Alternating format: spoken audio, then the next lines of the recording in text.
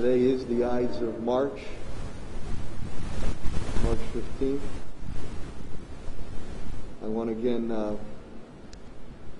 thank Dr. Mark Kerouac, the CEO and President of Bay State Health Systems, and Dr. Robert Roos, the Chief Medical Officer for Healthcare, for always faithfully being here, and for all their continued leadership efforts with their staffs and families. Appreciate that.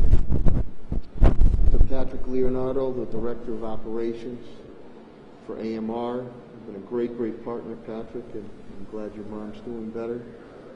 To our sign language professionals, thank you again.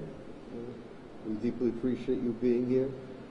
To my cabinet heads down the rank and file and their families, thank you from the bottom of my heart. Tested and true through a number of natural and man-made disasters. We appreciate that.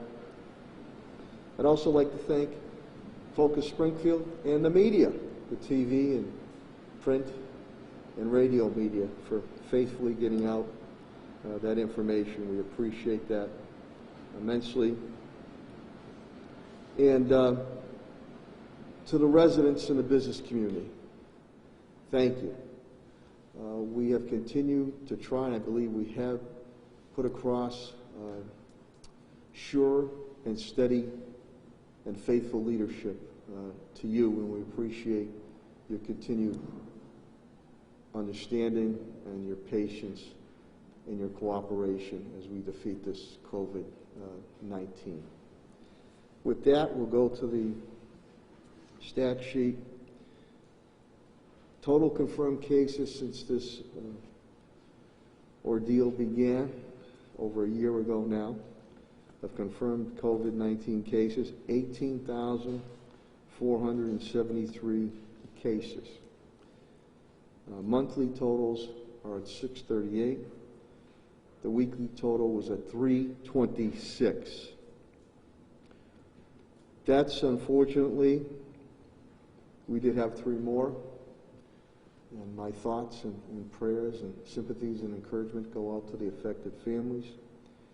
That brings the total of Springfield residents who have been taken away from their families and friends and from us to 227.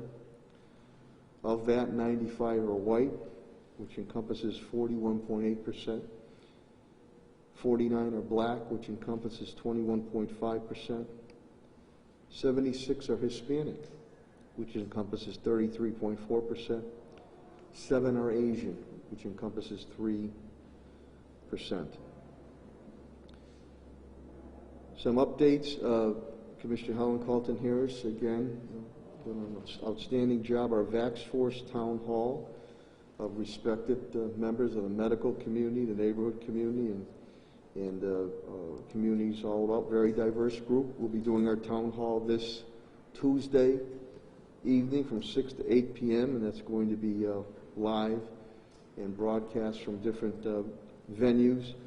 This will have some short presentations from the subgroups, and then mainly to take questions from the viewing public, and again to reassure them that this vaccine is safe and sound and much needed for themselves and their families. You know, many times I think people put all politics. This is not about politics. This is about public health. And I've always said that conspiracy theories don't solve medical challenges. Vaccines do. Had some conversations over the weekend with Governor Baker. He has again reached out. We're very appreciative of the neighborhood vaccination sites. We're going to do Springfield specific for underserved populations. But we're also talking about possibilities of doing even more here in the city of Springfield. So stay tuned on that, and I'm very appreciative of Governor Baker's efforts. Stop the Spread with AMR continues testing up at the Eastfield Mall. Commissioner Colton Harris has indicated to me she will continue to stop the spread or testing at Rebecca Johnson. That will continue there. I was up at the Eastfield Mall Thursday. It was morning or early afternoon, and the curative site has been running very smoothly up there. since we intervened, so we're very happy about that. Commissioner Carlton Harris and I, again, were the Springfield Housing Authority. Specific vaccines went designated from the state, and as my former Chief of Staff, Denise Jordan, now the Executive Director of SHA, those shots went very smoothly at Bowen School, a few hundred there, and that was done. We did the neighborhood vaccination sites that were announced, and Commissioner Carlton Harris will go into that more and when she speaks, and that's very appreciative.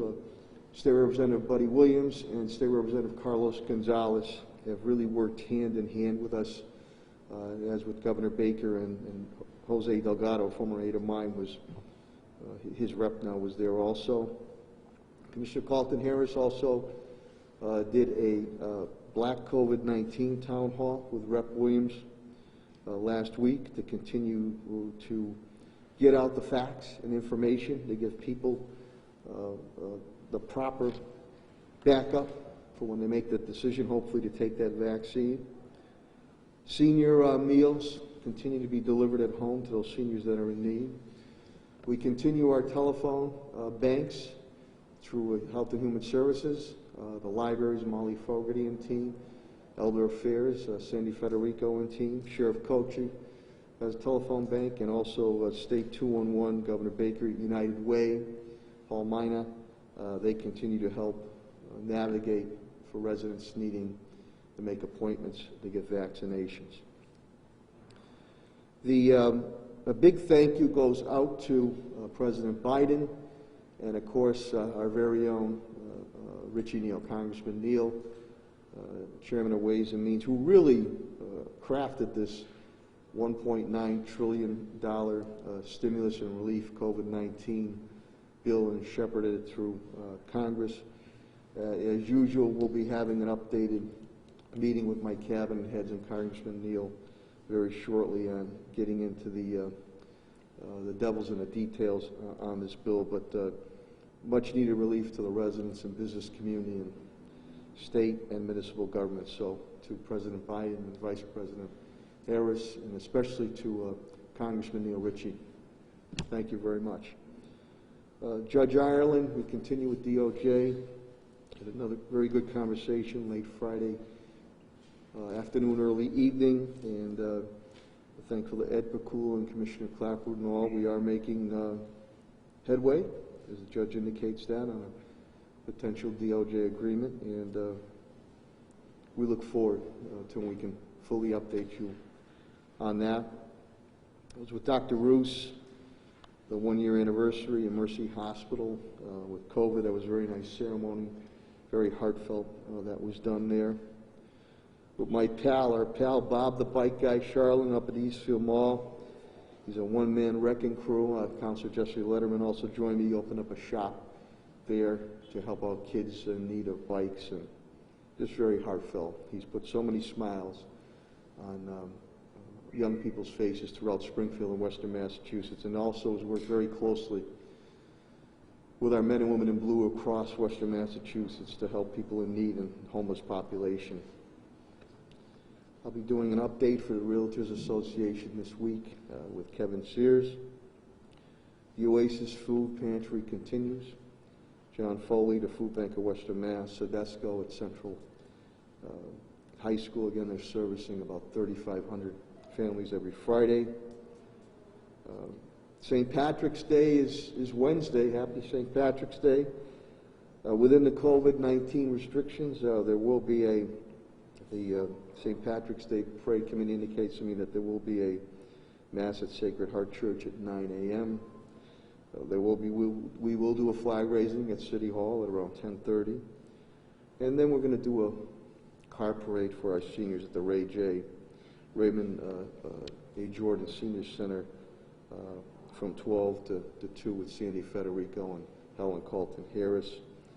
And on the parade committee, I want to thank Carrie Sullivan. And I know we can't all be together, but we have to keep traditions going.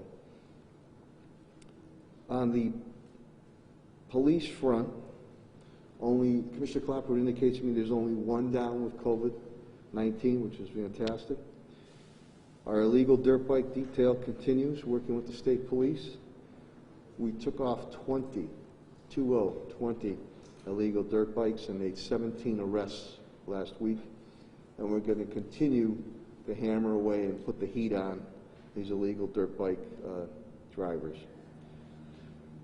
Fortunately, there was a narcotics and gun arrest, the 18-year-old, but an arrest and narcotics were made. Our next police academy is coming out April 7th. The majority of those are Springfield graduates. We have other departments that we help out that will be graduating. More information will come on that. The DOJ meetings continue. I appreciate Commissioner Clapwood's efforts and Solicitor Pakula. The fireworks legislation, I thank Councilor Victor Davila. He's finally gotten that to come out of committee. I believe that's before the City Council coming out tonight as we've moved the illegal dirt bike legislation also to put some teeth in it. Commissioner Clapwood and I continue to work with the custody medical monitor bracelets activities, and we're hopeful to make an announcement very shortly. Again, Sheriff Kochi working with Pat Sullivan and Commissioner Clapwood. The park patrols will resume again. It's been very beneficial and very welcome in that partnership. Thank you, Sheriff Nick Kochi.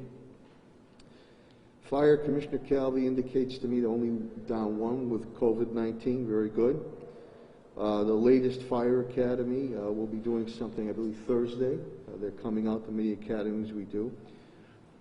We had a fire situation at MCDI that we'll pursue. It seems to be young kids arson there and securing that area. At Forest Park, there was a bit of a brush fire at Trafton Road, the Camp Angelina Star, the wood tree area there that was knocked down.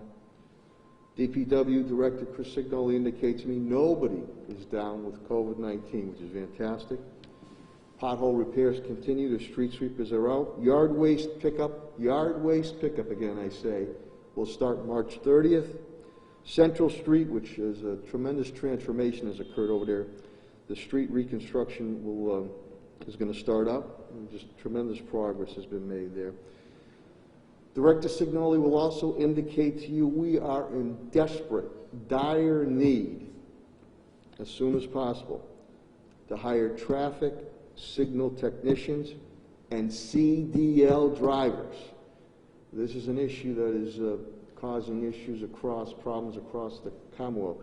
But we need traffic signal technicians and we need CDL drivers, ASAP. So you please apply for that, and hopefully if you have the requirements, we can bring you on board. But having a tremendous amount of difficulties getting those specialists throughout the state. Superintendent Warwick indicates to me meals we have now served students and families 6,586,016. This week alone, 76,612 meals were served. School committee, we took a vote last Thursday evening, 4-2 vote that we're going to reopen. Hybrid transition, we're putting in a appeal for the hybrid transition to DESE, Commissioner Riley. Staff will come back March 29th. April 5th, K through 5. Middle schools, we're looking at April 20th. Commissioner Riley and DESE has not given a date yet for high schools on that. Later this afternoon, I do have a Springfield Empowerment Zone Board meeting, school meeting. DESE has just recently put out their specific dates, 4 dates for teachers and school staff, that the 170 sites will be dedicated completely to the teachers and to the school staff, that you can book appointments to get your vaccine, plus all the CVSs will have taking specifics for the teachers, educators, and school staff. The website for the 170 sites, and again, these specific dates are just for teachers, educators, and school staff, is www.mass.gov/COVID vaccine map, and also www.cvs.com too, and that's from DESE. And again, these are dedicated for educator, teachers, and school staff. On the finance, my Chief Administration Financial Officer, TJ Plan, indicates to me since this ordeal has started, we're down $8.8 million in deficit spending. We've lost about $3.9 million in FY21 budget. We've spent, for the residents and business community of the city of Springfield, $34 million in deficit spending and grants. Been able to pawn off $25.5 million in grants. Still $8.5 million outstanding in deficit spending. We continue to develop our FY22 budget. Again, we're very appreciative of the $1.9 trillion COVID relief stimulus package from the federal government, and we're going to go through the devils in the details of the amount of money that Springfield potentially can receive and where it can be used to continue to benefit residents, business community, and keep core services going here in the city of Springfield. Facilities, Director Pat Sullivan indicates to me that there is nobody down with COVID, which is fantastic. Pat and his team have done an outstanding job retrofitting our schools and our public buildings above and beyond which has been required on the ASHRAE standards, so we can continue to preserve and protect our workforce. He's working very closely with Commissioner Helen Colton Harris, and as we continue to develop vaccine neighborhood sites. We also, again, with the Park Patrol with Sheriff Kochi, that's coming back, very successful and welcome. It's a great partnership.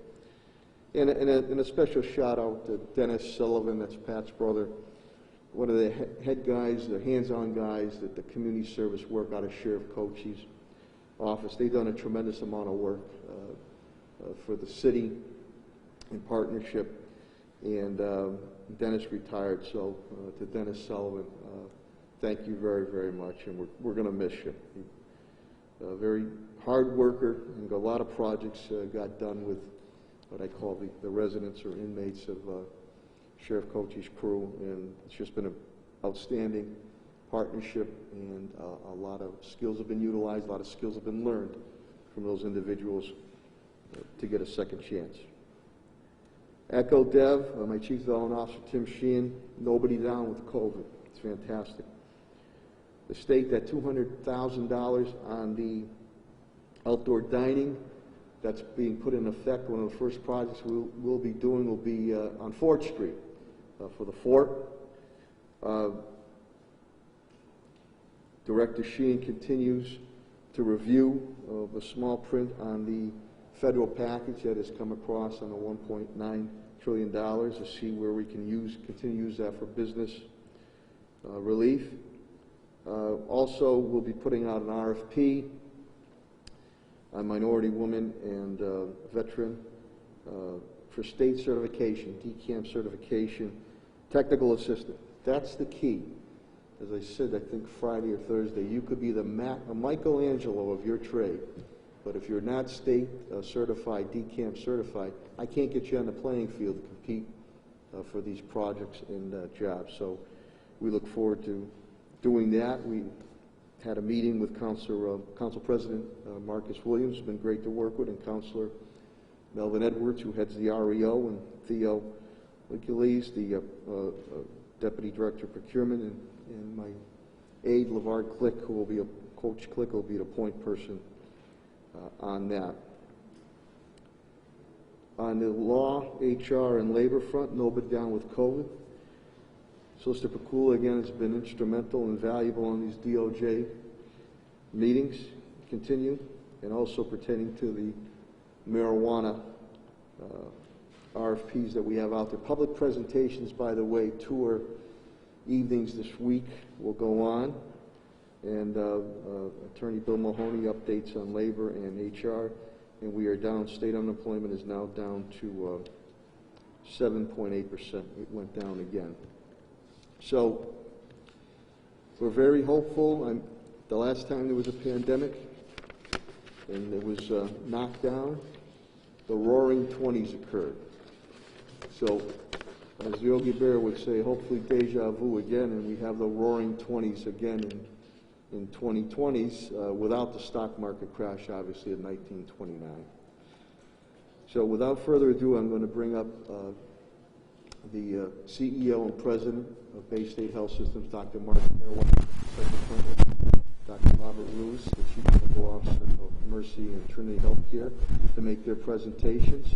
They've been invaluable. Right after their presentation, so they can get back to their important duties, we'll take questions or comments from the press. Dr. Mark Carroll, thank you.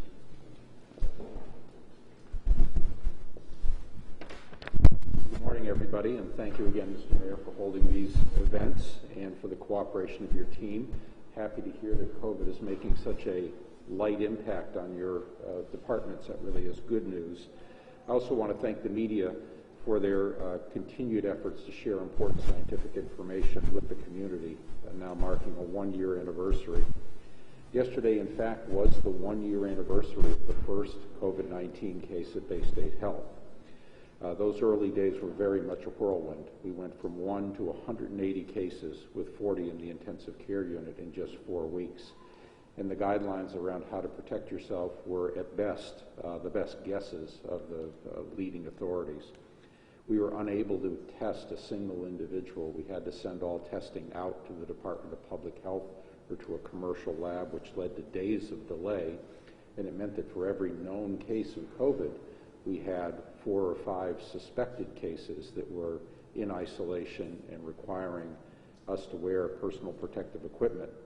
That caused a rapid burn of PPE at a time when our usual sources of supply were shut down. And we had to go through some very creative things to ensure that we were protecting our people. Over 600 Bay State Health employees were redeployed to new duties, some of which had never existed before. Over 4,000 began to work from home and really put a strain on our IT services, but we were able to get them up and running. We adapted very quickly to this unknown disease, and there were some very important clinical innovations that happened, particularly around avoiding mechanical ventilation. Bay State was one of the early adopters of non-invasive approaches, which saved lives and reduced the burden on the hospital. The second surge came in mid-November, which I think was even more challenging than the first.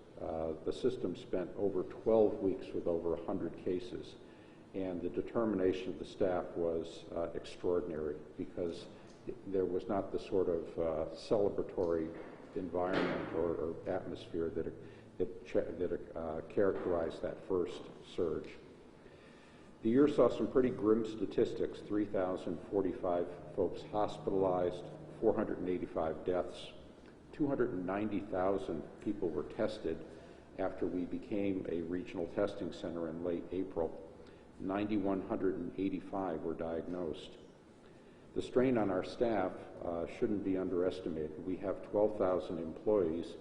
1,600 of them took early retirement or resigned as a result of the pandemic. As I mentioned, 600 were redeployed. We brought on 2,200 new hires. The vaccination program has taken off like a shot in the last couple of months. Over 46,000 vaccines administered, roughly 80% of our employee base, but also 12,000 in this latest phase 2 of folks who are older or with chronic conditions, including 680 educators. We expect that group to grow fairly quickly. Our faculty physicians at UMass Bay State, we're a regional campus of UMass Worcester, published 32 publications in peer-reviewed journals with scientific discoveries or insights around the pandemic. And this one is kind of, it made me smile when I read it. As of March the 1st, 1,819 media appearances by Bay State leaders and experts, and all in the interest of advancing public health, and we do appreciate that opportunity. I think what's not captured in the statistics is the fact that we all now are looking at the world in a different way. This has upended our traditional worldview. I think it's shown the world to be a more disordered and harsher place than we used to think before. There's been a new emphasis at Bay State on our workforce, the safety, the inclusiveness of our workforce, their engagement, and securing pipeline programs so we'll be competitive for talent into the future. One of the insights for me personally has been, as a physician who became a CEO, I focused for years and years like a laser beam on what was happening to patients. And I think as a result of working so long and so hard to protect our staff, I realize it's equally important to keep our staff healthy and engaged so that they, in turn, can focus on patients. There's been a new focus on customer convenience. We have begun to question some of our traditional ways of taking care of patients and getting work done. The success of virtual healthcare has persisted even as we've reopened for clinical services to the point where it now accounts for about 30% of the ambulatory visits at Bay State Health. Thousands and thousands of visits each week done successfully, and so this will certainly become part of the new toolbox for providers at Bay State. Flexible work arrangements too. We have 4,500 people working from home, and when they come back and how much they come back, I know many other industries are going through this, but I suspect that hybrid arrangements will become the norm and more flexible kinds of hours will become the norm going forward. Lastly, there has been an increasing role of Bay State Health as a partner in public health efforts, community education, community outreach, and something I welcome and I think has really improved the coordination with people like Commissioner Colton Harris and other boards of health, and has placed Bay State in a role as a convener, educator, and partner for all of these efforts. I think the other thing that I've been thinking a lot about, and something I've communicated to the organization about through a video and a blog just this week, is the recognition that this epidemic has been a traumatic event for everybody, not just healthcare workers, but everybody has gone through something. You may not have lost a loved one, but you may know someone who did. You've had to give up a lot of the things that you really thought were important. And if indeed we think of this as a mass traumatic event, it's important to take time to recognize its impact on all of us, to process what's gone on, to talk about it with people you trust and people who you love, in order to make sense of it all. What does it all mean to us? My hope is that we can all sort of put this in context and create our own narrative of what's really happened to all of us, and hopefully recommit with a greater sense of community than we had before this pandemic. I think that there is, in addition to these well-known phenomena of post-traumatic stress disorder, where people sort of deny or bury traumatic events, there's a well-known phenomenon of post-traumatic growth, when people begin to realize what it's meant to them and how they've changed, and to actually try to keep what's good about those changes. Let me move from the retrospective to what's happening now. We're continuing to see a lot of cases in the local area, even though the rates are going down, not only locally, but across the state and the country. Globally, we're at about 120 million, 2.6 million deaths. I'm sorry to see that Europe is again resurging. Italy today is entering a 3-week lockdown again, because Europe is behind America in terms of their rate of vaccination, and they really let up on the public health measures, and as a result of these highly contagious variants, they've seen a much more rapid spike and are pretty much shutting everything down for 3 weeks. And you can imagine how discouraging that is to this country that's been through so much. In the United States, 29 million cases, 534,000 deaths. Some states are seeing rising rates, Missouri and New Jersey, for example. And I'm keeping a real close eye on Texas and Florida, where they've opened things up, and weeks from now, we'll see if they end up paying a price or not. However, across the country, on average, new case rates are down, 53,000 a day. That's a pretty high number of cases in an absolute sense, but remember, we were over 250,000 a day back around the New Year's. Only 35,000 in the hospital, and only, quote unquote, only 1,300 deaths a day. In Massachusetts, we're averaging about 1,100 new cases a day and 29 deaths, 6,600 in the hospital, and again, remember that was usually weeks ago in the thousands. We've gone from 145 towns in the red zone category to only 14. That's the good news. The bad news is that Springfield, Ludlow, and Chicopee are 3 of those 14 towns. They are seeing declining cases, but they're not declining as fast as other cities. The same is true of Hampden County. All counties are seeing a decline in cases, but some are going down faster than others, and that's meant now that Hampden County is #1 in terms of new case rates, even though the rates are going down.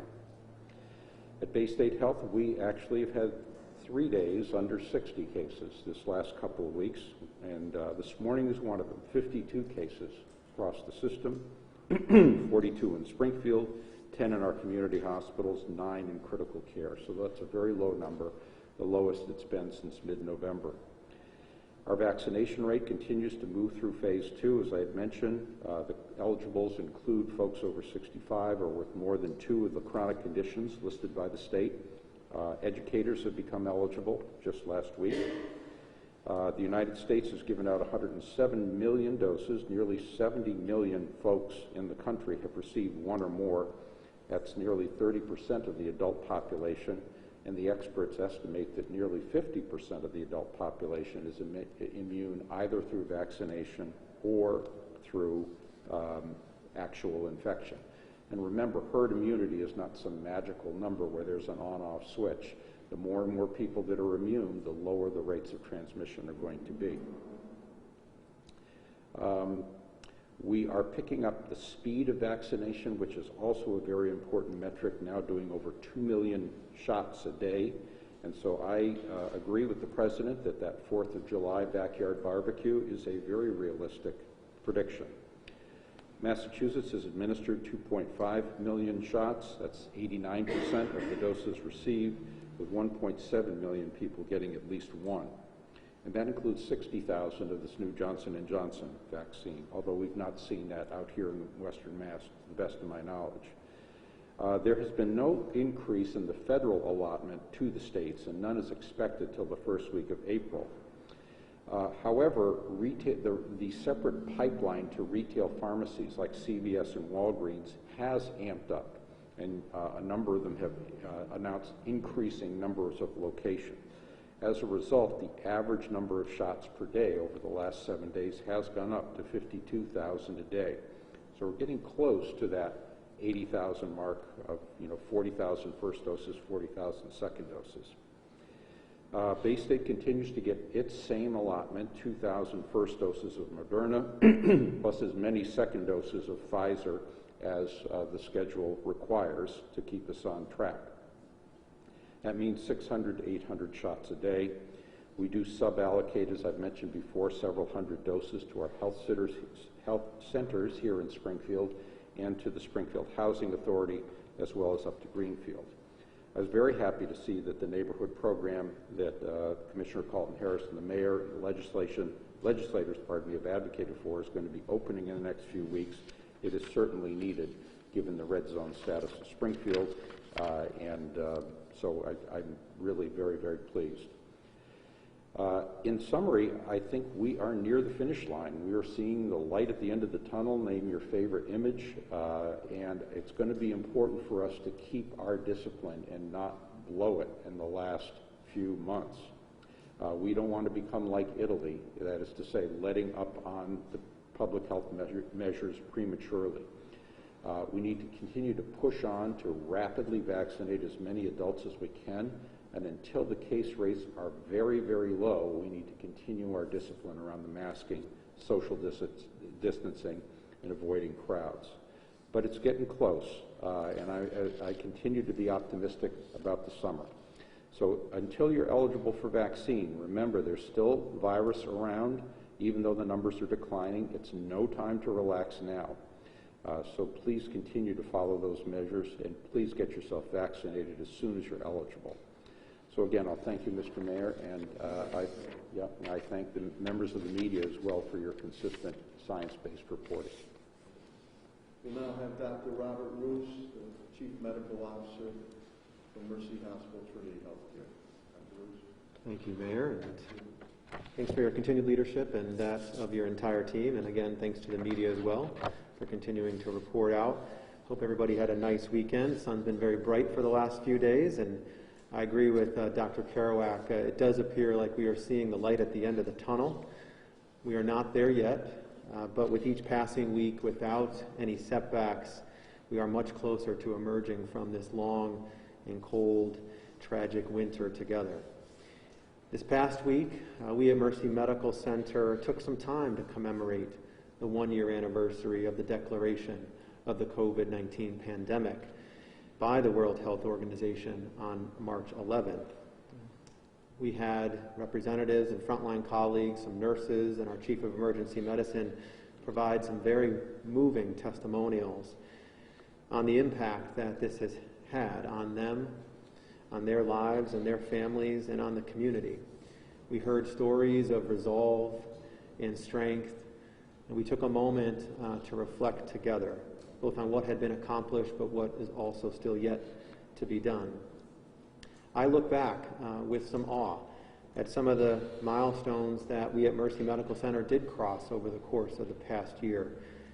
Having treated more than 900 hospitalized patients with COVID, discharging over 800 of them, but with 105 people dying from this disease under our care. We rapidly developed ways to test for the coronavirus early in the pandemic and modified that over time, now having performed over 102,000 coronavirus tests, diagnosing more than 7,500 people here in this community, and have now vaccinated over 10,000, or provided over 10,500 vaccinations. It's truly been a remarkable year, one that in many ways we will never forget, but we all hope to emerge from. The news now does continue to be positive in that the trends are moving in the right direction, driven by the effectiveness and the pace of vaccination. As mentioned at a national level, we've now had over 29.5 confirmed infections, which underrepresents the true total, over 535,000 deaths, but the numbers of infections per day and the hospitalizations does continue to go down. The past 2 weeks, the 7-day average of new infections declined by about 20%. It stands now around 50,000. Agree, it's not yet what I would call a low number of infections, but it is moving in the right direction. Here in Massachusetts, there have been over 568,000 confirmed infections, 16,000 deaths, yet the positive trends have continued. The past 2 weeks, the decline of the 7-day average number of new infections has dropped by about 30% and is down to about 1,000 to 1,100 per day. The test positivity rate is flattened a little bit, but slowly declining, now at 1.67%, and hospitalized cases declining by about 30%, now down to 666 this morning. And at Mercy Medical Center, we saw the largest drop in hospitalized cases in 1 week since we have back in May. As of this morning, we are caring for only 6 COVID patients in our hospital, 3 of which are in the intensive care unit and have been receiving treatment for some time. So to me, taken all into context, all of the different trends at a national, statewide, local level, it tells me a couple of things. First, it reinforces the fact that vaccination works. The vaccines we have are highly effective, and they definitely and nearly completely prevent symptomatic and severe disease, and we're seeing that in the declining rates of hospitalized cases. There is also growing evidence that these vaccines are effective in reducing viral transmission, viral loads, and asymptomatic infections as well. Of course, we knew that that was theorized, but that was not the outcome in the clinical trials for which the vaccines received emergency authorization. But there have now been several published reports, including one pretty recently looking at about 600,000 people vaccinated and 600,000 people unvaccinated, in Israel showing highly effective the ability for these vaccines to reduce even asymptomatic transmission. There's also been studies amongst healthcare workers, several thousand in the United Kingdom, where receiving an mRNA vaccine has reduced a documented viral infection, even asymptomatic, by 85 to 90%. So this is great news. Secondly, I think that the declining rates also show the appropriateness of the prioritization that was determined by the CDC and then largely followed by most states, including here in Massachusetts, where those people that are most at risk of severe illness and healthcare workers receive the vaccine first, followed by others at risk, and then essential workers who are in contact with large numbers of people who may spread the illness. This is validated twofold, as I see it. First, even with relatively high numbers of infections, the majority of the infections now are occurring amongst younger people and healthier people, and we're not seeing elders hospitalized or succumbing to this disease, particularly those from nursing homes, as we did in the earlier surges in the pandemic. And as a healthcare system, we really are not seeing our frontline workers infected with COVID anymore. In fact, we've had days where we've had no colleagues throughout Mercy Medical Center and affiliates out of work with COVID. And that's allowed us to keep the vital resource of our healthcare system intact, keep our colleagues safe, and has preserved our ability to care for anybody without any limitations. At a statewide level, we've been monitoring hospital capacity for many, many months and are now moving back into Tier 1, which means that there is more than adequate hospital and ICU capacity. And so just as we have throughout the pandemic, we continue to provide all types of care and services at Mercy Medical Center and in hospitals across the Commonwealth. Care from emergency care to surgical care to maternity care to primary and preventive care. And in fact, if you're somebody who's delayed or deferred any type of care over the course of the past year, now would be a very good time to reach out to your provider. There continues to be concern. Early in the pandemic, we worried about people staying out of the emergency department. Now, as a provider, I worry about people that have delayed those screening exams or wellness exams, things like colonoscopies and mammograms. People that have not had the screening test that they otherwise would be recommended. Sadly, we've seen diagnosed with cancer at later stages than we would otherwise have expected. And so we care about your health, we care about your well-being, and encourage you to not delay getting back to those types of screening exams or wellness visits. This week happens to be National Patient Safety Week, and we at Mercy take a moment to reflect on all the ways that we can reinforce safety in the care that we provide. We are proud to have received the Leapfrog Grade A for patient safety this past year, and we've continued with all of our protocols to keep people safe amidst the pandemic and otherwise. And as a community member, you don't have to be worried about our capacity. We have capacity in our emergency department, where we have a guarantee that we strive to see everybody within 29 minutes. We have capacity in our medical groups, where we've evolved to be able to provide visits at your convenience, either in person or via telemedicine. And we have capacity in all of our imaging departments, where you can get that mammogram or schedule that CT scan or X-ray within 48 hours if you need it. There is nothing about the past year that's been easy. It has impacted all of us in myriad ways. It's changed everything that we do and the way that we look at the world. We have recognized that as part of Mercy Medical Center, and we've then decided that we want to make things as easy as possible as we can for you. It's not only going to be easier to see providers, but it's also going to be safer. And the more and more people that are vaccinated, and as the infection rates go down, we will all be able to engage more readily in the community. We believe that's a good thing. It's a good thing if it's done appropriately, it's done at the right time, and done in a safe manner. And it's especially true for people that are hospitalized, who often need support from their loved ones. And that's why last week we made an important change also in our visitation policy at Mercy Medical Center. Recognizing the value of the support of loved ones, starting last Friday on March 12th, we began allowing one adult visitor for all of our non-COVID patients in our inpatient units, in the emergency department, and for those having surgical procedures. Minors under the age of 18, including newborns, will be granted 2 visitors. Some of our outpatient areas, like our imaging areas or our oncology areas, will continue to restrict their visitation based on their departmental policies. All visitors will continue to be screened upon entry to the facility and will be asked to keep their hours to 12 p.m. to 8 p.m. and adhere to the time limits as requested. But this is a positive step and one more sign that we are moving in the right direction. As has been mentioned and we've been talking about for weeks, all of this positive news is predicated on the continued escalation of the vaccine campaign. And so I want to continue to strongly encourage anyone eligible to accept the first vaccine that is available to them.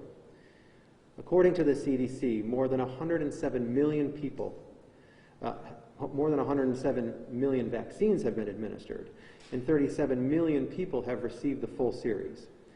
That's 27% of the adult population having received one vaccine and about 15% having received both. 63% of the population over the age of 65 has received one vaccine, and about 35% of the population over 65 is fully vaccinated. In Massachusetts, having now administered over 2.5 million doses, representing 89% of those that have been shipped here, and over 900,000 people being fully vaccinated, that represents about 16% of our adult population, which is slightly better now than the national average. As you know, and it was mentioned, President Biden announced last week that he expects that there will be enough vaccines for the entire adult population by the end of May, and is pushing states to make all the vaccine available and all individuals eligible as soon as possible. And I agree. If this happens, this could just be the timeline that we need to get back to the activities that we've been waiting for over the summer and that we rely upon. Of course, it's dependent upon how much supply we receive here in the Commonwealth, but it does appear that if we continue to escalate and increase the numbers of vaccine administered each day, that could be a realistic goal. For individuals that are interested in pre-registering for when they are going to become eligible, the state has set up a new website at vaccinesignup.mass.gov, where you can be notified the moment that your category, based on age or other criteria, makes you eligible for vaccination. At Mercy, we continue to vaccinate as many people as we can with the supply that we are allotted. For us, that supply has not changed. Week over week, we continue to receive 1,100 doses of Pfizer each week for both first and second doses. As of today, we've provided over 10,500 vaccines, and more than 4,600 people in our community have been fully vaccinated. We will continue to push the state to allocate more vaccine out to Western Massachusetts and Hampden County in particular, so that we can have our rates relative to the rest of the state increase. And I want to acknowledge the town hall that's going to be hosted, and thank you, Mayor and Commissioner Colton Harris, for the VaxForce Town Hall that will be tomorrow evening. We're proud to have one of our representatives, Maggie Aboso, our Infection Prevention and Control Coordinator, as part of that important group, and recognize how important it is to get that evidence-based education out to all members of our community. And so, just in closing, want to reinforce the fact that there's been a lot of good news over the past several weeks, but there still is some more time to go. So please, don't let up now. If you're eligible, sign up for vaccination as soon as you can. If you're not, continue to stay safe and remain vigilant.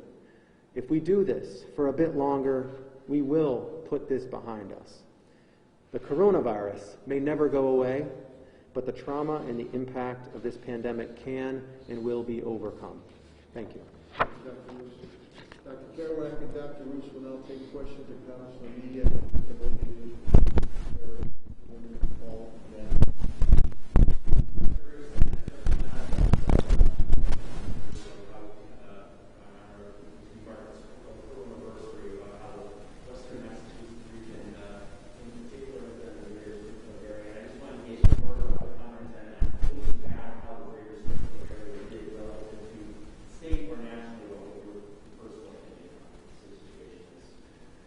So I think, and I, regret not being here last week, and really have appreciated. I'll just start by commenting. I think one of the things that we've done really well in Western Massachusetts is collaborate.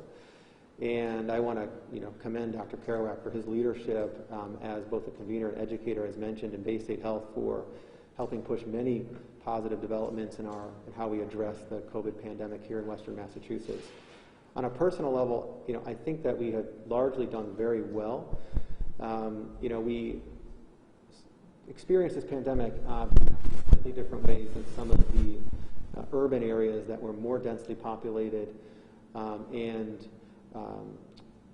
struggled with capacity challenges to pretty severe extreme measures.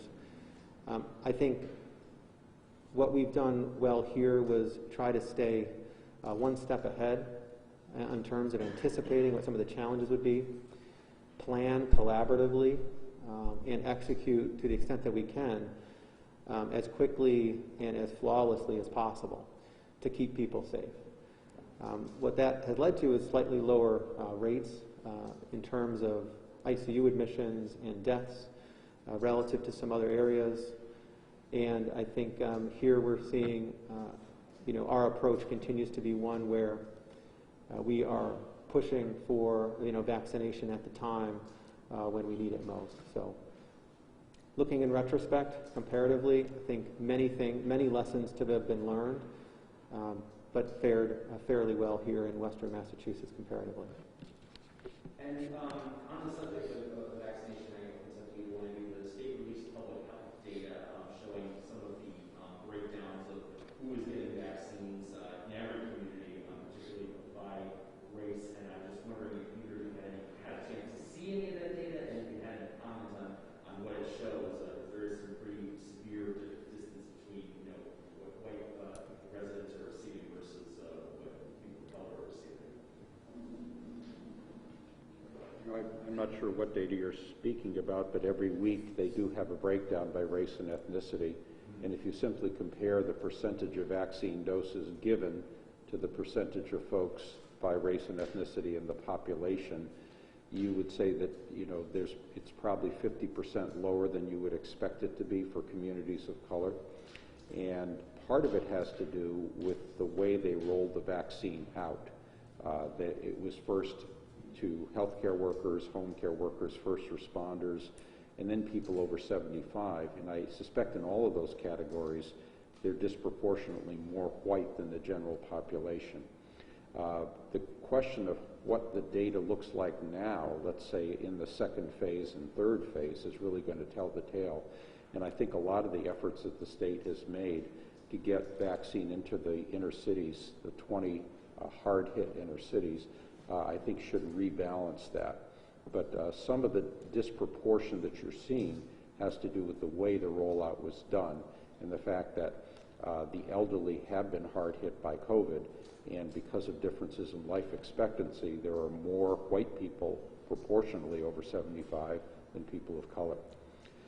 It is up to us, I think, to really make sure that going forward we've got an equitable apportionment of vaccine, and I think programs like the one that's going to be happening here in the next few weeks should move us in that direction. And just as a thing to think about a year having gone by, I know that earlier you did the opinion that it wasn't necessarily prudent to shut everything down at the first sign of infections going up. In retrospect, do you still think that was the right recommendation? I know you said later that if the cases continue to go up at the hospital, you might jeopardize basic capacity. That never happened. But for the most part, you seem to give the opinion that we didn't need to seize everything up when we start rising infections. Do you think that you still think you made the right call in retrospect in terms of where we've gone with the curve through the winter? I think a shutdown is something that you do when your information on how the spread is happening is limited, and that was certainly the case in April. So the shutdown that we did in April not only was the right thing to do, but it was a signal of the fact that our knowledge base was not complete. By the time we got to the summer, and we understood an awful lot more about how the virus spread, particularly the asymptomatic spread issue, I espoused the fact, and I still do, that it is possible to do many of our customary activities like open schools, go to restaurants, be in gatherings, that sort of thing, that are limited as long as we observe the public health guidelines. I think that the places that have done this and have done it religiously, many of the countries in the Far East, for example, have done extremely well, and the places that have got into trouble, like Italy most recently, have decided to really back away from that. So I do think that a balanced approach wherein you observe the masking, social distancing, hand washing, etc., allows you to do certain things rather than just be in total lockdown all the time, which would have had its own devastating effects in terms of mental health and the economy. Any other questions about Hector? Question for Dr. Bruce. I asked Dr. Carroll this last week, so you take on it as well. We've seen a lot of these new variants, and a lot of people are concerned whether is this an issue, is this not, could it impact, how is the vaccine protected? Just wondering what your take on that. Yeah, so we've been talking about this now for probably about a month and a half, as we started to see variants noted as variants of concern, particularly B.1.1.7 that was coming out of the United Kingdom. The more that we learn about the variants, the more that my opinion, and I think others, is informed by that information. I'm not particularly concerned at this point because of the fact that the vaccines appear to confer significant effectiveness against particularly that variant, and then likely other variants as well. So we do need to continue to monitor it and study the variants. There's been suggestions that some of them are either more infectious to a particular degree, perhaps maybe even more severe in some cases. But right now the focus should and continue to remain on escalating effective vaccinations and the public health measures that have prevented infection from the beginning. As we learn more, and as we, if we in fact see more of it, it's a possibility that may change. But at this point, the same principles that have applied, I would say, are the ones that we need to reinforce now. And for you to be going off the surge we're seeing in Europe, should there be any concern for us here, or are our vaccination rates kind of keeping up and preventing that from happening? Our vaccination rates are ahead of those of Europe, which is really a good thing. The concern that I have is that we're going to let up too quickly on some level of public health protections, for example, the way they have in Texas or Florida. I worry that they may be heading for trouble there. Could be wrong. I hope I'm wrong. But as fast as you go with vaccine, it may not be fast enough if you're not also buying yourself time with the public health measures. I would agree. Any other questions or comments? Dr. Lewis and Dr. Carroll? Well, gentlemen, thank you so much. Pleasure. Stay well with your staff and family. Thank you.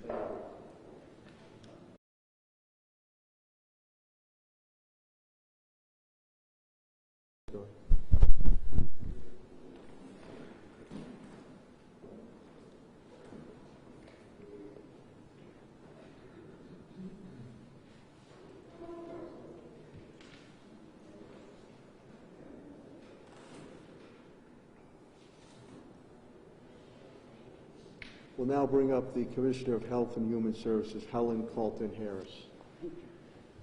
Thank you, Mayor, and as always, thank you very much for the support and the guidance.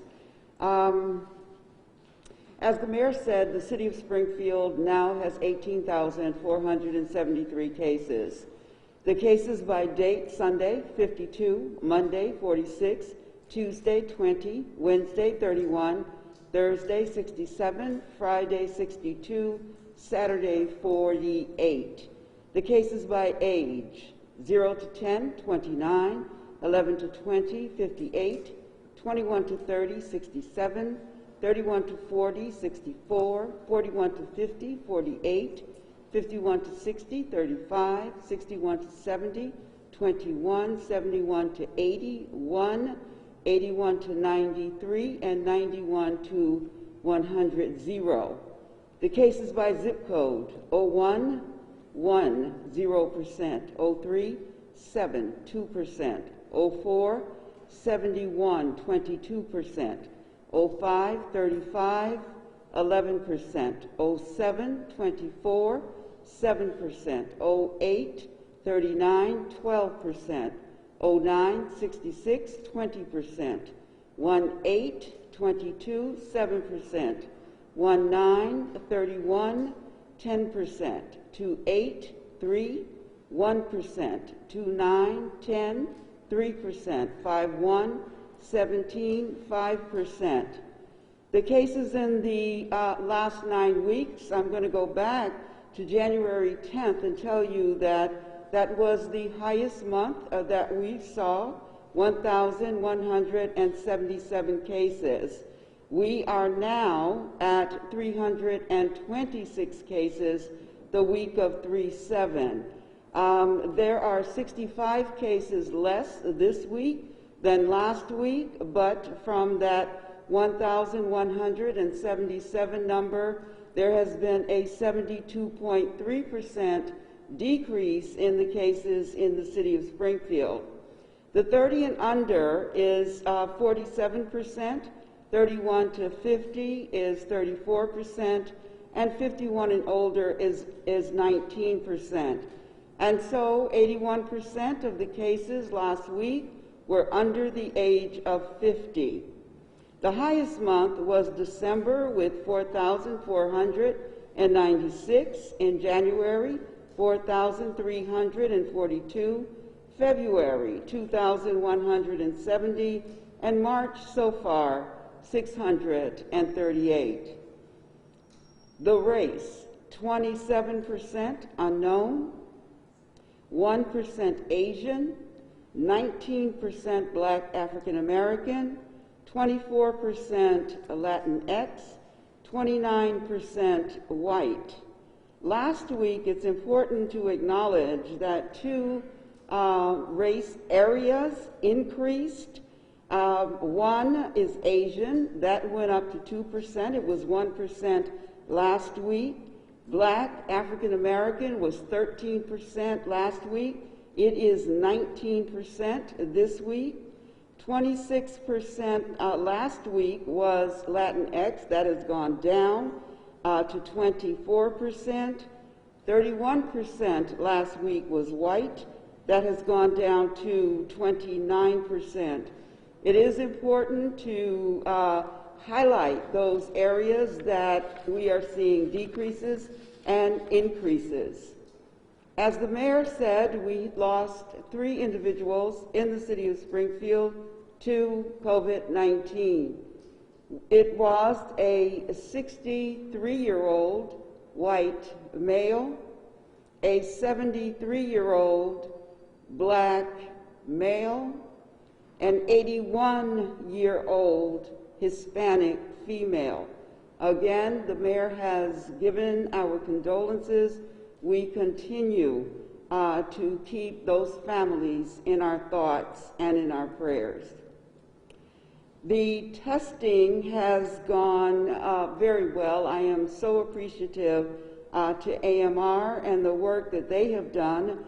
They have tested 159,493 individuals. 70,045 of those were Springfield residents. Of those numbers, 14,787 were positive. So we are always appreciative of AMR. In addition, they have helped the city of Springfield vaccinate over 3,000 individuals. Again, we are grateful to AMR and the fact that they are our vaccination partners and have been willing to stand up with us sites as we have brought them on. So thank you to AMR. We continue to test, obviously. We are testing at Eastfield Mall, that is AMR. As the mayor said, we're going to, at this point, because of low utilization, we're going to shutter our Kennedy site. We have had single digits there. so we are going to shutter that site. However, we will keep Rebecca Johnson open. The numbers have been a little better there. However, they are low as well, but we will continue to assess that site as we move forward. So we are still getting positive cases in our city. Obviously, you've heard that Springfield is still in the red zone. And so we continue to need everybody to work with us in our city, all of our residents, to make sure that you are following good public health practice. Our staff, along with the Contact Tracing Collaborative for the Commonwealth of Massachusetts, does still do the contact tracing. And so it is still important that you answer those phone calls and that you give us the necessary information so we can contact those individuals that you come in contact with. We still are concerned about isolation, making sure if you're positive, you isolate, also making sure those individuals that you come in contact with are quarantining. VaxForce will have its town hall. The town hall has been called Our Neighborhoods, Vaccine and Our Neighborhoods. And so I invite you, there is a poster to my left that is announcing the town hall tomorrow from 6 to 8. Again, there are an amazing group of professionals that will be taking your questions and giving information. Remember the categories: healthcare, research, operations, education, faith, diversity, equity, and inclusion. Those are the categories or the committees that VaxForce has, and you will hear from each one of those committees and their work. Saturday, the teachers have been highlighted, but let me tell you that the teachers have 4 designated dates, and you've heard that. Saturday, March 27th, Saturday, April 3rd, Saturday, April 10th, and Sunday, April 11th. Those dates are just for K through 12 educators, child care workers, and K through 12 staff. And so again, we encourage all of our teachers and those who work in our schools and our educators to please take advantage of those days. The days are very specifically for you. Vaccines, and so vaccines in the city of Springfield, I'm going to give you a little data about how we are doing in the city of Springfield. 0 to 19-year-olds are 44,958. 29% of our population in our city is under the age of 19. They have received 126 or 1 dose, which is 1%. 20 to 29, the population base is 26,944. They're 17% of our city. They've received 1,699 1 dose, which is 6%. The 30 to 49-year-olds in our city represent 38,388, 25% of our population. So far, there have been 5,130 doses given, which is 13%. The 50 to 64-year-olds represent 17% of our population. They have received 5,058 doses or been vaccinated. That's 20%. The 65 to 74-year-olds, which are 12,152% of our population, 8% of our population have received 4,298 doses, which is 35%. The 75 and over year olds of our city represent 7,978, which is 5% of our city. They have received 4,681 doses, which is 59%. Let me clarify that this is 1 dose, 1 single dose. This date is of March 9th. And the population of that age group is taken, it's based on 156,245 individuals. So I just want to be clear that we would expect that the 64 and older or 65 and olders would receive more of their first doses because they were eligible. So it doesn't surprise us that those other age categories are low. However, just to have 8% of our individuals from 65 to 74, we want to make sure that those numbers continue to rise. The 75 and over, 59% of those individuals have been vaccinated. The travel orders. Persons who have been fully vaccinated, have 2 doses of Moderna, 2 doses of Pfizer, or 1 dose of the J&J, and have been vaccinated more than 14 days ago and do not have symptoms, and do not need to obtain a negative test prior to traveling, or do not need to quarantine upon arrival to Massachusetts. There's more information on the mass.gov website. I would ask you to go to that website and get information. As the mayor indicated, we are standing up 3 sites in our neighborhoods. On March 23rd, St. John's Congregational Church. On March 25th, the South End Community Center. On March 26th, Harena School. The times will be from 9 until 12:30. Those links will not be, they will be available through neighborhood organizations, and we will absolutely make sure that we are giving information around those links and how to access them. Again, these are neighborhood sites. Our goal really is to get into the neighborhoods and offer vaccines. We have sent a proposal to the State Department of Public Health. They have approved our sites, said that they would get back to us around additional vaccines and our ability to access them. We will be standing up different sites. We will have sites that will be permanent and ongoing. And when I say permanent, I mean for a couple of months so that people will know that those sites are there. We are currently assessing sites, hopefully that we can control across the city, working with Patrick Sullivan.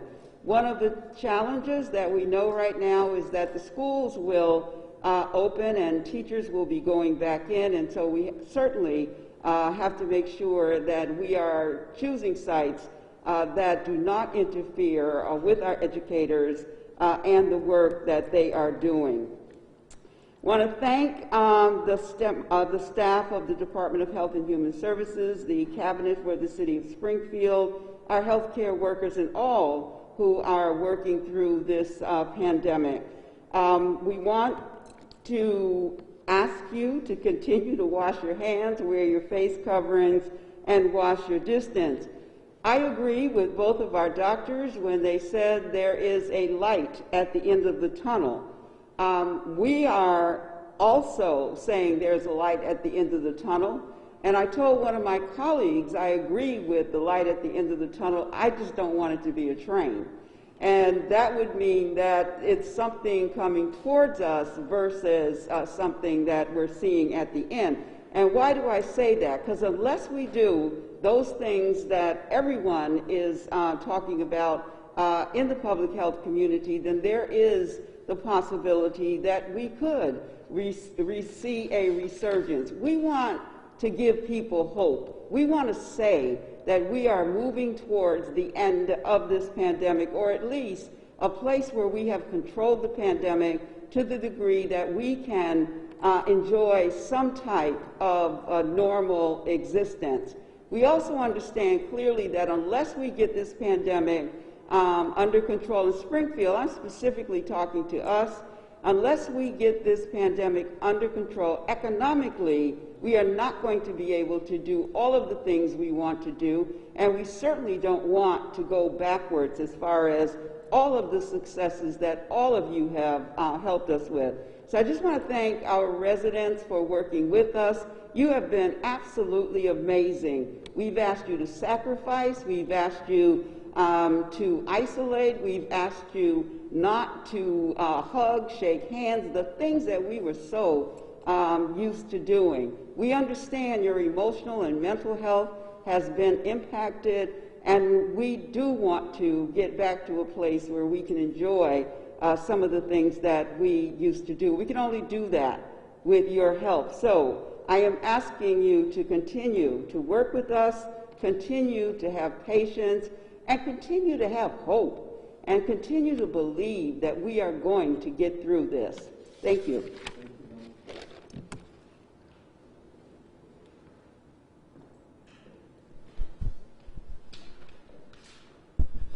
Thank you, Commissioner Colton-Harris. I don't know if I had brought up the deaths. Dr. Kerouac, Dr. Rusin. Long-term care facilities has really stayed status quo for a long time. 59 have passed, 26%. The residential's now 168, 74% on that.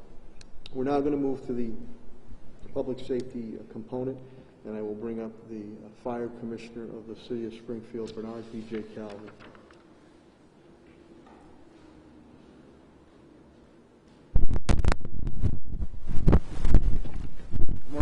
Thank you, Mayor. At the fire department, we only have one person out with COVID this week, so we continue on a positive trend as far as COVID infections. That's due to the hard work of all the men and women at the Springfield Fire Department for their vigilance and making sure everything's clean, sterilized, and they're paying attention to mask use on a daily basis. This is, we sprung ahead on the clocks this week, so everybody please remember to change the batteries in your smoke detectors and carbon monoxide detectors. Also, if you could check your dryer vents at this time of year, make sure that you don't have an excessive buildup of lint, and clean those out if you do, because those can also cause fires.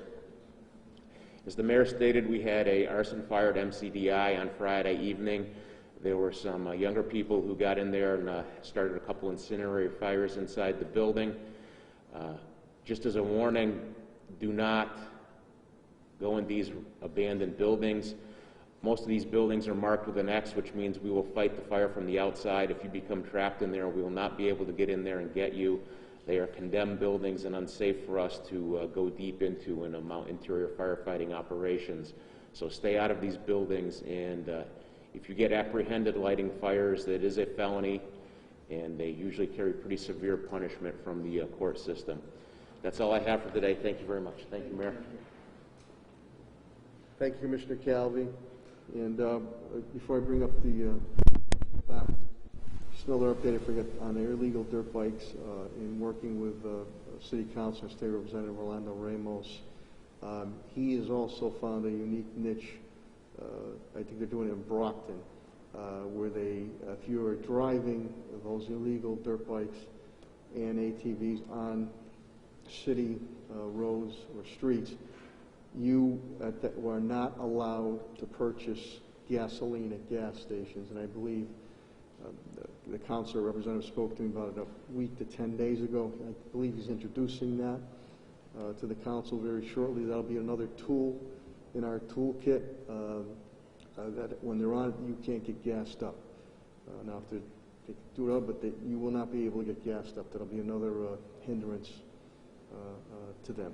Without further ado, the police commissioner of the city of Springfield, Cheryl Clapper.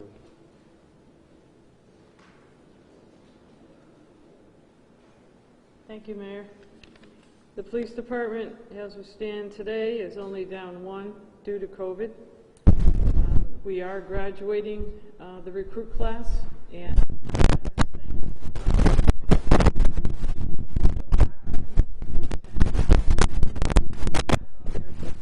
through COVID, we're able to get this class through. It's much needed, so I thank them for their hard work and diligence in it.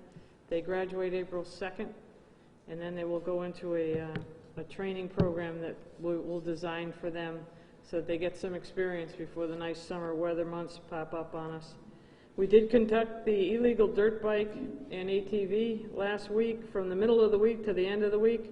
Very successful, 20 seized, 17 arrests. 3 of the seized were stolen. So And I appreciate the hard work from Councilor Ramos, Representative Ramos, and Senator Gomez, and the city councilors. Anything they can do to help us in this fight is going to be greatly appreciated, because we put all this time and work into it, and what happens is if the bikes end up, we hold them for 21 days, then there's an auction. They know where the auction is, and it just recycles, and back it comes to the streets. So we appreciate all the help. The gasoline ordinance will help us. It'll control where they can go to refill. I love the destruction ordinance. If no one claims them after 21 days, they can be crushed and destroyed. That'll keep them from coming back at us. And any other ordinances or any other avenues they can give us to keep the enforcement up so that we don't deal with this all summer long. Narcotics did make another arrest and another loaded firearm Friday night of an 18-year-old, Giovanni Sykes. We continue to do great work in narcotics. We continue to seize illegal guns as well as all the other operations that we have going, and I thank the men and women of the police department, both sworn and civilian, for their hard work during this time. Thank you, Mayor. Thank you, Mr. Clapper. We'll now get an update from the superintendent of schools, Dan Warwick. He and his staff have done a masterful job. It's a balancing act, and we're at the point in time now where we can start to safely transition hybrid to get our students, families back into school. Superintendent Dan. Thanks, Mayor. Good morning, everyone. As the mayor said, very, very proud of our staff. Since school closed down, which is just a little over a year ago, we've provided 6,586,016 meals for our families. 76,612 just this weekend alone. So again, great job to our staff, Pat Roach and the team, and the Sodexo team for making sure that we had this set up to go. And when we open schools again, we're going to keep the same 18 sites, but for the kids who aren't coming back, we're going to provide the meals in the evening after school closes. So that's still going to be available to families, whether they choose to come back or not. Vaccinations, as our commissioner said, and just as a reminder, we have 4 targeted dates for our school staff. That's all school staff. Commissioner said 27, 4-3, 4-10, 4-11, and just for school staff to help us in the reopening process. So that's very, very good news, and we're going to continue to do everything we can to help school staff all get vaccinated before our reopening. As it stands now, we're going to comply with DESI's ordered phase-in, and on April 5th, we're going to reopen pre-K to 5, all our elementary schools. We're going to add on to that grade 6, and then our 3 specialized programs that we've wanted open first from the beginning. Our high-needs special education students, our ELL SLIFE students, and our vocational grades 10 to 12 at Putnam. So again, that first phase will come in April 5th. Our second phase will come in April 26th after the school vacation, and that'll be grades 7 and 8. Our third phase, our high school phase, the commissioner has not announced the dates for high school yet. Harder to keep the kids clustered to high school, so he made that the last phase, and that makes a tremendous amount of sense. So as soon as we know on the high schools, we'll announce it to the public. In the meantime, we're going to have our staff return to the schools on March 29th. We've done all the ventilation work. It's safe for everyone to come back, so our staff's going to come back, phase in, and where the students haven't come back yet, they'll be doing the remote from their classroom. Most other systems have already done this. Because of the great work of the team, with the mayor's support, we've put $1.4 million into our ventilation systems. And again, thank you, Mayor, for that. And with Pat Sullivan riding herd on it, we've upgraded all of our ventilation systems. All of that work is going to be done before anyone comes back into the buildings. So great progress there. Again, with the mayor's support, we've provided a lot of extra technology for our kids, but for our staff. When we come back, the staff is going to be doing concurrent learning, and we purchased DocuCams for all the teachers to use, as well as a second laptop. So as they're doing the instruction for our remote and our kids who show up to schools, they'll have all the technology they need to do that. Fall 2 sports are going on right now. Again, thanks to our health commissioner, we did testing before we started. The kids were all clear, so we were able to get a start on that. And I'm so grateful to the commissioner for all those good suggestions on getting that going. That's so important for our kids. We've also kept all our clubs and other extracurricular activities going. So I think that's, again, a very important piece for our kids in this return. You know, we've waited a long time to get back to school. We've been closed down for over a year. And during that time, it's been hard on families. There's a lot of mental health challenges, as Helen was talking about. And we've faced a number of serious issues. And it's important to get back to school for our kids and run as many of these extracurricular activities as we possibly can. Thank you. Thank you, Superintendent Warwick. We'll now get an update from the Department of Public Works and Director Chris Signoli.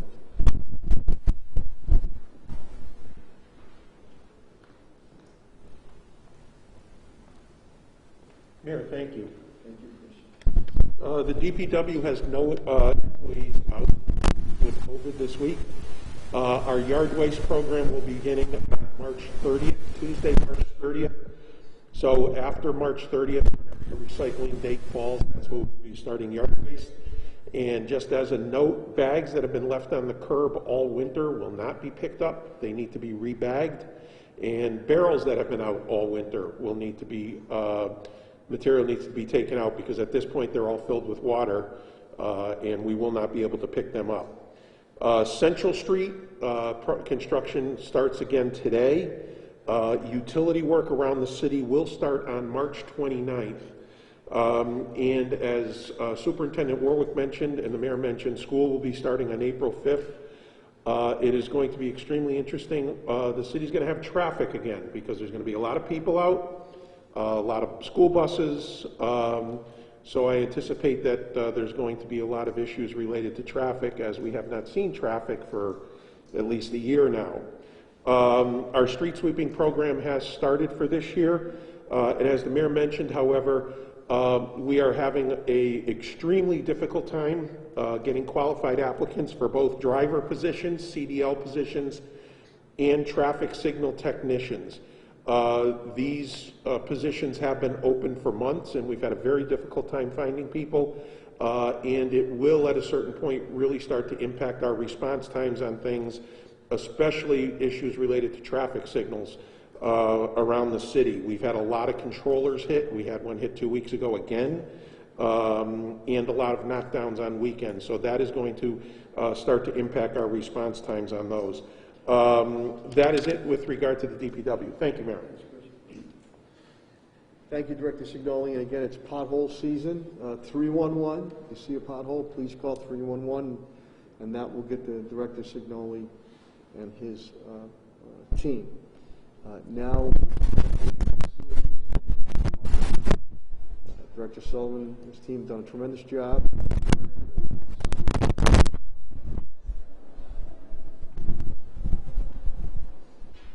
Thank you, Mayor. We have 0 out. All schools and central office have been inspected for a second tour, and I'm very happy to report that schools are ready to open in the city of Springfield as far as the air systems go. In non-COVID news, we've gotten a grant for $60,000 from the Mass Preservation Fund, and that's to study City Hall with the concentration on the windows. So, Mayor, thank you for your support on that. And then we're preparing the parks for our spring openings. And I want to assure the residents with the brush fire that you might have seen if you live near there. Over the winter, we've started a program with Commissioner Calvi. We're working with the U.S. Forest Service and mapping all the woodlands throughout the city. And when that's completed, we'll work with Commissioner Calvi to prioritize grants from the federal government to clean up our woodlands.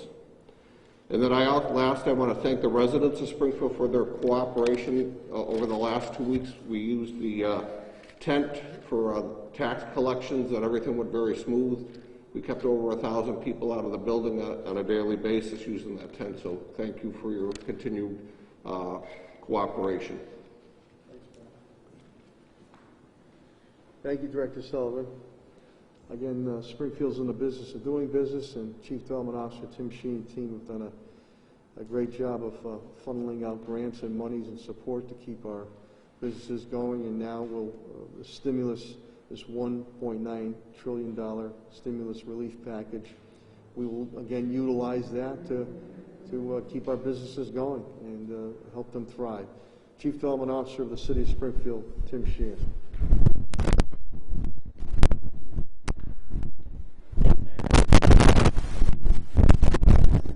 The American Rescue Plan Act passed last week. It's one of the most important pieces in our lifetimes. Beyond what the act will do for family, businesses, and governments that have been negatively impacted by COVID, it seeks to regrow the economy in a more equitably. By way of example, the poorest fifth of households will see their income rise by 20%. Child poverty will be cut in half. More people will have access to affordable health insurance coverage, and early childhood education will be vastly expanded and economically supported. As the mayor said, a tremendous thank you is owed to Congress, especially our own Congressman Neal, who was so directly involved with this important legislation. And just by way of update, we are reprogramming $20,000 of the CARES Act funding to deal with business-related public infrastructure and right-of-way improvements to assist businesses with outdoor dining. Responses to the Gemini RFP are due on Friday at 2 p.m. There has been significant interest in the RFP, and we remain hopeful that there will be multiple responses filed. And we continue to plan for the future as we sought council approval last week of the Main Street Convention Center Master Plan and Section 108 loan application to HUD. Thank you. Thank you, Director Sheen. I also want to thank Solicitor Ed Pakula for his update, and HR and Labor Director Attorney Bill Mahoney for his update, and my CFO TJ Plant financial update, which I gave you all earlier. With that, we will open it up to any questions or comments from the media pertaining to my cabinet heads and or myself. Mr. Mayor, was your conversation with the governor, was that a conference call with the mayor, or was that just a one-on-one conversation? One-on-one. And can you just describe a little more detail about what happened in that conversation when you discussed what's going on? We discussed about getting more vaccines here to the city of Springfield, not only neighborhood aspects, but something even more. And I'm very grateful for his reach out. And at the appropriate time, once the T's are crossed and the I's are dotted, we'll have more to announce. But all about relationships, and Commissioner Helen Carlton-Harris put on a good plan that Secretary Sutters and Health Commissioner of the State, Monica Morrell, really liked on the neighborhood aspect. So we're going to continue on that neighborhood and the underserved, but there could be some distinct possibilities of something hopefully bigger happening here pertaining to the city of Springfield. So again, I appreciate Governor Baker's outreach as he continues to lobby the feds, and we continue to work together on the state level, and stay tuned. Yes, dear. Is there a concern for looking St. Patrick's Day and also spring break with all of these students who have now gone to maybe Florida or other places? Say it again about St. Patrick's Day, I'm sorry. Is there any concern for a spike in COVID cases with students going to spring break and then also having St. Patrick's Day coming up? Again, I'm a layman on this. I'm going to bring up Commissioner Helen Carlton-Harris, and I think Dr. Kerouac and Dr. Roos had spoken on. I'm a little concerned because of some of the aspects of Florida being sort of wide open, Texas sort of being wide open. We made a lot of progress here, balancing act, basing our decision on public health, medical, and the sciences, but also trying to keep economic development going.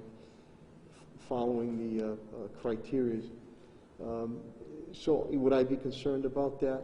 Yes, but I'm going to bring up Commissioner Helen Carlton-Harris. She could speak more specifically. We've had other holiday events or other events where spikes have been seen, and I think we're all, as Dr. Kerouac and Dr. Russo indicated, we're all going to be looking at this very closely to see what spikes might, hopefully don't, but might occur really coming from Florida area, the Texas area, Georgia area, Atlanta. But Commissioner Carlton-Harris, we good?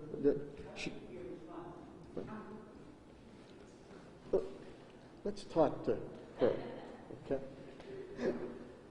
So thank you for asking that question. Yes, there is concern. There's concern across the country that during spring break, individuals will leave and then go to other parts of the country and then come back to their hometowns and potentially spread the virus. So we are concerned. The word is out there. We are asking, begging young people to make sure that you are keeping in mind that although your outcome for your health may not be land you in the hospital, you can certainly infect those you love, care about, and your families. So just like any holidays, St. Patrick's Day, potentially Easter, spring break, we do get concerned, and we want to keep going in the right direction as far as this virus is concerned. So thank you for the question. But the mayor answered it perfectly, didn't he? Oh, you're too kind, Helen, too kind.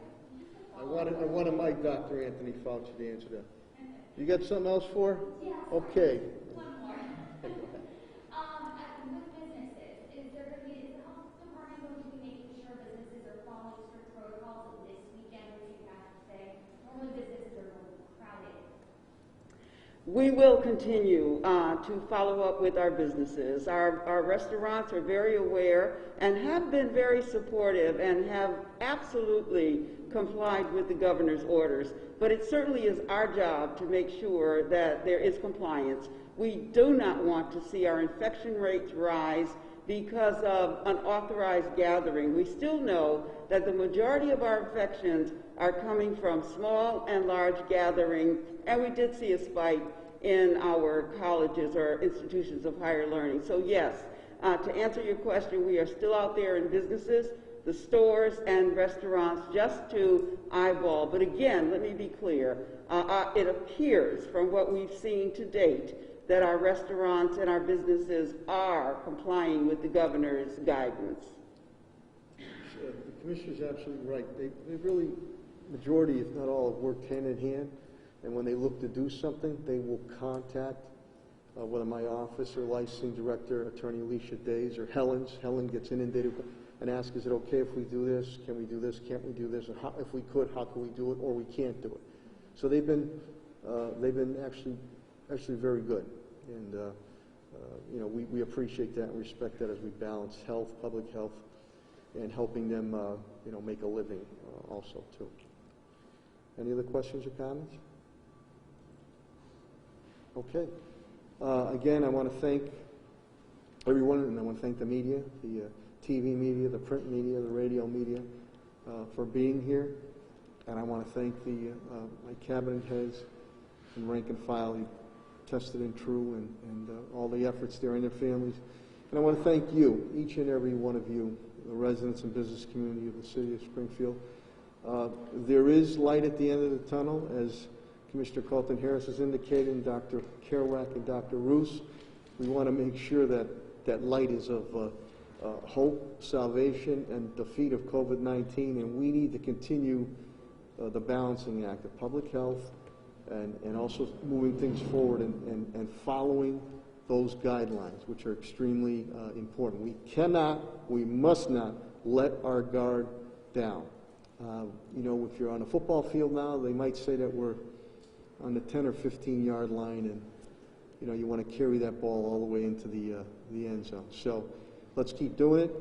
Helen and I will keep advocating diplomatically but in an aggressive way to bring more and more vaccines here to the city of Springfield proper, and get the shots in the arms, and then we'll continue to go through the $1.9 trillion American stimulus relief COVID fund, and see what we can, and we're very thankful again to President Biden, Vice President Harris, and especially Congressman Neil Ritchie, who really was a stalwart on putting this across and forming it on how we can utilize this money to help out you, our residents, you, our business community, city services, moving forward. So let's keep on the roll.